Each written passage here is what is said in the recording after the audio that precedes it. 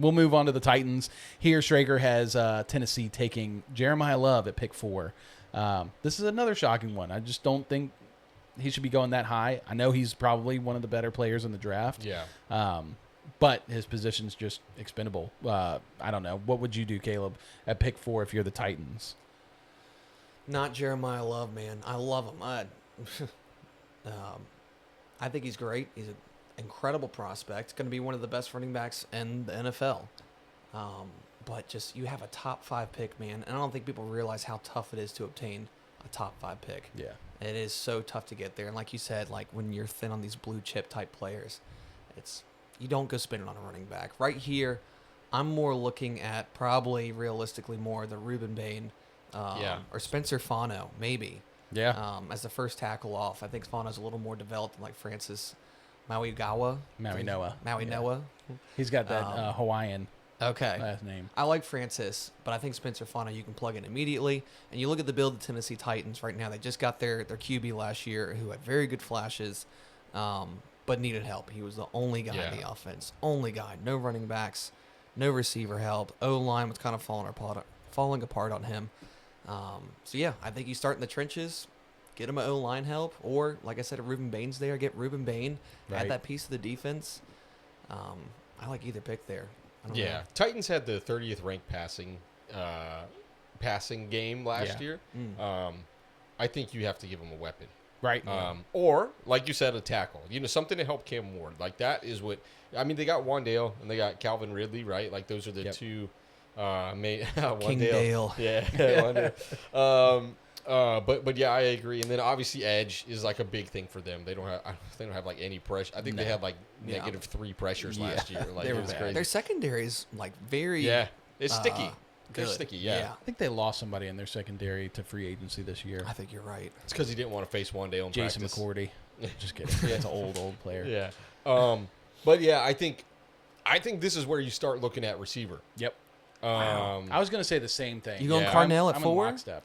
I would. Early? Yeah, Carnell Tate, I would take so early. Top 5, 100%. Absolutely. I think teams need to learn from how the Buccaneers have built over the last few years. Like last year when they drafted Emeka Egbuka, everyone was like, wait, what? Yeah. Why are you taking Egbuka? You've got Mike Evans. You've got Chris Godwin. You got Jalen McMillan, who's a young guy coming up. Yeah.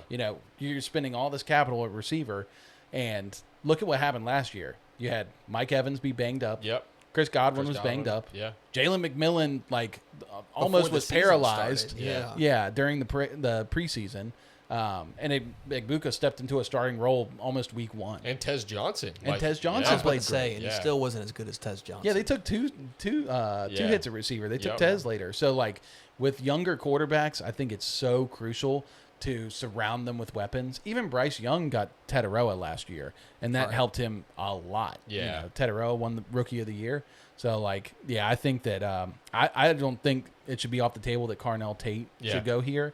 But from what I've heard, the other thing is you got to think about Robert Saleh coming in and being a defensive coach. Mm-hmm. A big thing with them is, fast edges. And, but here's the thing. If Arvell Reese and David Bailey are gone, who are they going for? There's really not another edge guy at this point of the draft. It's like Caleb said, like Reuben Bain is there, but do you want to take edge 3 at pick number 4? Right. It's like, it's like the fantasy football thing. It's like if all the wide receivers and running backs are off the board, would you rather have wide receiver 6 or wide receiver 7 or tight end 1? Right. Like that's the question. Yeah, exactly. So again, I mean, I would lean more towards the receiver here. Just looking at this list. Yeah.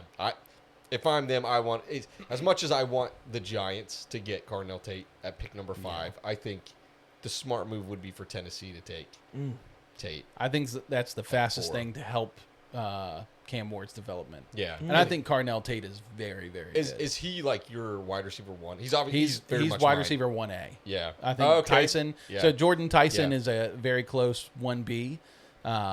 He's working out on the 17th for teams. He's had a hamstring injury, and this is going to answer a lot of questions because if he tests well there, then he could be wide receiver 1 easy. Yeah. I think he had a better production profile. I think he's wide receiver 1. But it depends on this injury stuff. He tore his ACL, MCL, broke his collarbone, and now has a hamstring injury. So he's kind of had some durability issues that teams are confused about, which, spoiler alert, stay a little bit longer because there's some fire in this mock draft.